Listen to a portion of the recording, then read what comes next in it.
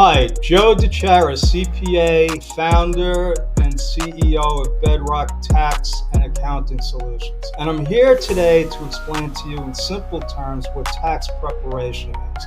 It's one of the services that we provide. Now, tax preparation for an individual is really comprised of, number one, we do review prior year's returns. If you're already a client, we should have a very good understanding of your tax situation. That doesn't mean that we still don't need updated information. So part of the tax preparation process will be to make sure that nothing's changed. If you open up a new bank account, you could have had a child, if you move, all of these things that need to go into your tax preparation process. Essentially though, tax preparation for an individual is gathering of third-party documents. What I mean by that is if you have a job, there's a W-2 issued by the employer.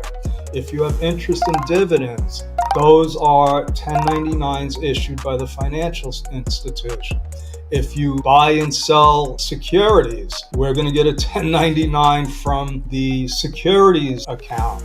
If you have a mortgage, it's a 1098. So that most of it is comprised of this third-party information. So now when you think about it, the third-party documents aren't required to be sent until the end of January. Now, the filing due date is April 15th. So there's only a small window of time between when you might get that information, send it over to us in your secure portal. Now we have to process it. We have to make sure that everything is in there, that we haven't missed anything. Once everything is input, then it goes through a review procedure the first review procedure to make sure that there's no data entry mistakes, that we haven't missed a document, just basically to get a second set of eyes on. Now, once that's complete, a second review is done, usually by me, to make sure that, again, that we are covering all of our bases. The